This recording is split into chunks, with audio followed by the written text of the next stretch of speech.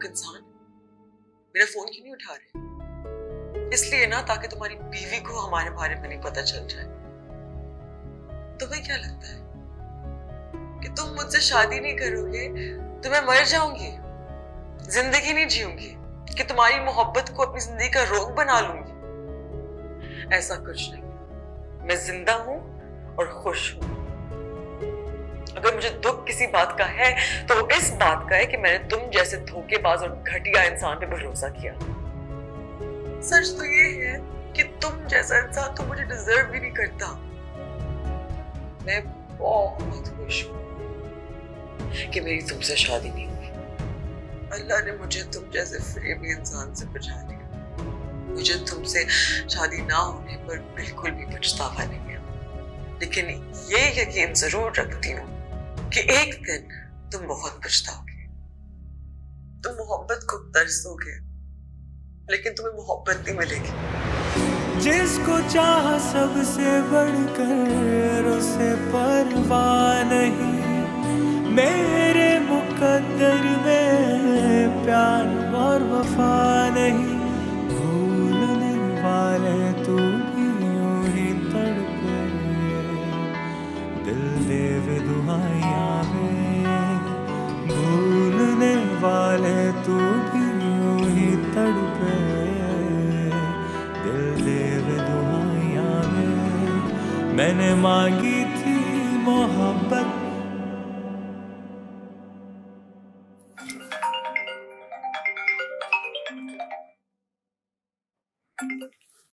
Hello, अस्सलाम वालेकुम भाई। कैसी है मेरी बहन? मैं ठीक हूँ, आप कैसे हैं? सब ठीक है ना? जैन ठीक है तुम्हारे साथ? हाँ बिल्कुल ठीक है। क्यों, आप क्यों पूछ रहे हैं? नहीं, वो कल निकाह में लेट आया था तो ऐसे सोचा कि तुमसे पूछ लूं, उसका रवैया ठीक है ना तुम्हारे साथ? खूब क्लास लिए मैंने उसके इस बात पे। अब देखिएगा आइंदा किसी भी जगह पे लेट नहीं होगा वो। गुड, उसे उसके औकात में ही रखना, फिर तुम्हें कोई परेशानी नहीं होगी। असर वाली गलती दोबारा मत करना। मैं जानती हूँ भाई, don't worry about that. Apartment में किसी चीज की कमी तो नहीं है? कुछ चाहिए तो मुझे बता दो, मैं अभी भिजवा दूंगा। कमी तो नहीं है, बस अपार्टमेंट कुछ ज़्यादा ही छोटा है। यूज्ड टू हूँ मैं बंगलों में रहने की, तो अपार्टमेंट कुछ अच्छा नहीं लगता मुझे। अब मैंने सोचा है कि मैं अपने ही घर में रहूँगी ज़्यादा। ये भी ठीक है, मैं भी ये चाहता हूँ कि तुम मेरी नजरों के सामने रहो। कल तुम घर भी नहीं थी तो सारी रात तुम्हारे बारे में सोचता रहा। आप उदास ना आए, आज डिनर मैं आपके साथ ही करूँगी। चलो ठीक है, फिर शाम में मिलते हैं। अल्लाह हाफिज भाई।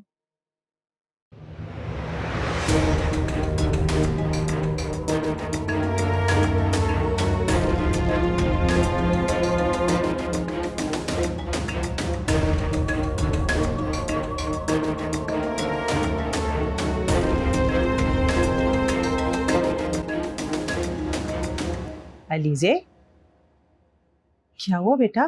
तबीयत तो सही है, जल्दी आ गई? जी अब ठीक है तबीयत। अब ठीक है? क्या हुआ था? बैठो। नहीं कुछ नहीं, ऐसा कुछ नहीं है, मैं बता रही हूँ अब सब ठीक है। बेटा तुम्हारा चेहरा तो बिल्कुल जर्द हो रहा है, क्या हुआ है मुझे बताओ। तबीयत तो ठीक है तुम्हारी? बस वो आंखों के आगे अंधेर आ गया था, गिरने वाली थी, चक्कर आ गए थे बस। क्या गिरने वाली थी? कहीं चोट तो नहीं आई तुम्हें? नहीं अम्मी, मैं आपको कहा ना मैं बिल्कुल ठीक हूँ। मैंने कहा भी था तुमसे कि आज तुम ऑफिस मत जाओ, तुम्हारी तबीयत ठीक नहीं है, लेकिन तुम मेरी सुनती कहाँ हो। अम्मी मेरा जाना जरूरी था, अभी तो जॉब मिली है, अभी से छुट्टियां करना शुरू कर दी तो जॉब भी हाथ से जाएगी। लेकिन बेटा जान से बढ़ के तो कुछ नहीं है ना। ठीक है अम्मी, गलती हो गई, आइंदा नहीं होगा। खुश। अच्छा ये बताओ, ऑफिस से तुम अकेली आई हो या कोई तुम्हें छोड़ के गया है? नहीं वो कैब करवाई। क्या तुम अकेली आ गई हो वहां से? वहां कोई ऐसा शख्स नहीं था जो तुम्हें छोड़ देता? तो तुम शहीर को फोन कर लेती अगर रास्ते में तबीयत ज्यादा खराब हो जाती तो। नहीं हुई ना अम्मी, आप बिला वजह क्यों परेशान हो रही हैं? लेकिन बेटा जिंदगी मोहतात होकर गुजारनी चाहिए ना, जज्बाती होकर तो नहीं। अच्छा मैं आराम करने जा रही हूँ, मुझे कुछ देर सोना है। तो खाना तो खा लो। मेरा दिल नहीं चाह रहा, उठ के खाऊंगी मैं जरा। अच्छा ठीक है, तुम जाओ लेटो, मैं तुम्हारे लिए जूस लेकर आती हूँ।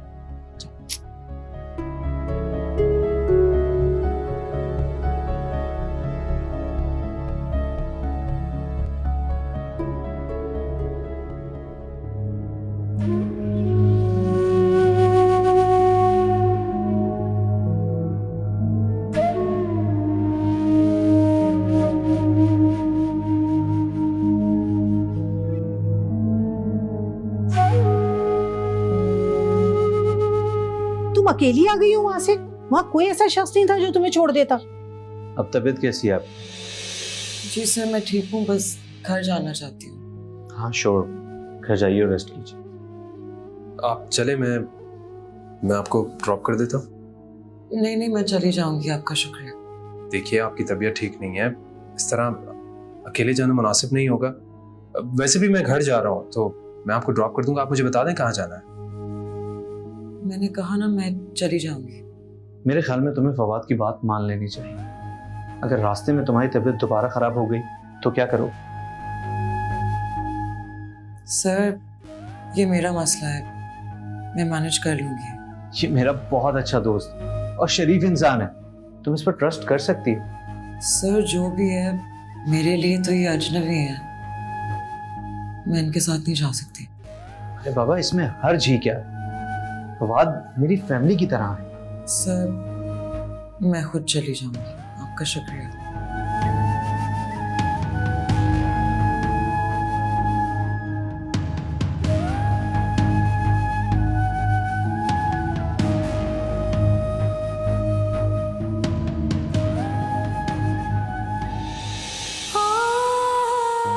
बेटा, तुम्हें यहाँ नहीं आना चाहिए था। देखो बेटा, मेरा ख्याल था कि तुम्हारी अम्मी तुम्हें यहाँ नहीं आने देंगी, मगर पता नहीं उन्होंने तुम्हें क्यों मना नहीं किया। मैं कुछ गलत नहीं कह रही, ये बदशगुनी होती है। अलीज़े, प्लीज़ तुम मुझे माफ़ कर देना। यकीनन तुम मुझे खुद गर्ज समझ रही होगी, लेकिन बेटियों के मामले में शायद माएँ ऐसे ही होती हैं। बेटियों को रुखसत करने का मौका खुशकिस्मत माँ बाप को मिलता है। बेटियाँ अपने घरों में ही अच्छी लगती हैं, बस उनके दूर जाने से ही थोड़ी परेशानी होती है।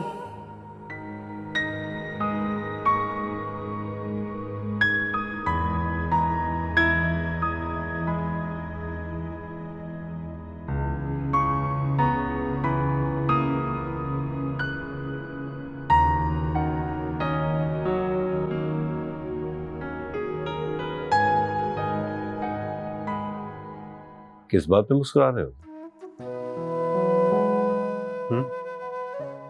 आपको कुछ कहा आपने? तुम्हारे चेहरे पर जो मुस्कुराहट और आंखों में जो चमक देखी, इससे पहले मैंने कभी नहीं देखी। कोई खास बात है क्या? नहीं तो, ऐसी तो कोई बात नहीं है। कुछ तो है जो मुझसे छुपा रहे हो। क्या छुपाऊंगा पापा? वो मेरा फ्रेंड है ना, रमीज, उसके साथ मेरी डील फाइनल हो गई, तो बस इसीलिए खुश हूँ। क्या बाकी यही बात है? और क्या बात होगी, यही बात है। मुझे तो कुछ और ही लगा। आपको क्या लगा? बेटा फवाद, मुझे लगा कि तुम्हारी जिंदगी में कोई लड़की आ गई है। पापा, आप ही ना। देखो बेटा, जब भी तुम्हारी जिंदगी में कोई लड़की आए ना, सबसे पहले मुझसे मिलवाना। मेरी खुशी में तो तुम नहीं माने, लेकिन तुम्हारी खुशी में मैं जरूर मान जाऊंगा, और इस बार वैसा ही होगा जैसा तुम चाहोगे। थैंक यू पापा। जिंदगी में जब भी ऐसा होगा, सबसे पहले आपको बताऊंगा। लड़की तो मेरी जिंदगी में आ गई है पापा, मगर पता नहीं वो इतनी खुदसर क्यों है। अभी तो मुझसे बात करने को भी तैयार नहीं, तो आपको कैसे मिलवाऊं उससे? अरे यार, तुमने मेरे बिजनेस के बारे में क्या सोचा? पापा, बिल्कुल भी परेशान मत हो। आपका बिजनेस वाइंड अप करवाने में मैं आपकी पूरी हेल्प करूंगा, और अपना बिजनेस भी देख लूंगा। थैंक यू सो मच बेटा। थैंक यू किस बात का? इतना फॉर्मल होकर बात कर रहे हैं मुझसे। आप परेशान मत हो, मैं सब देख लूंगा।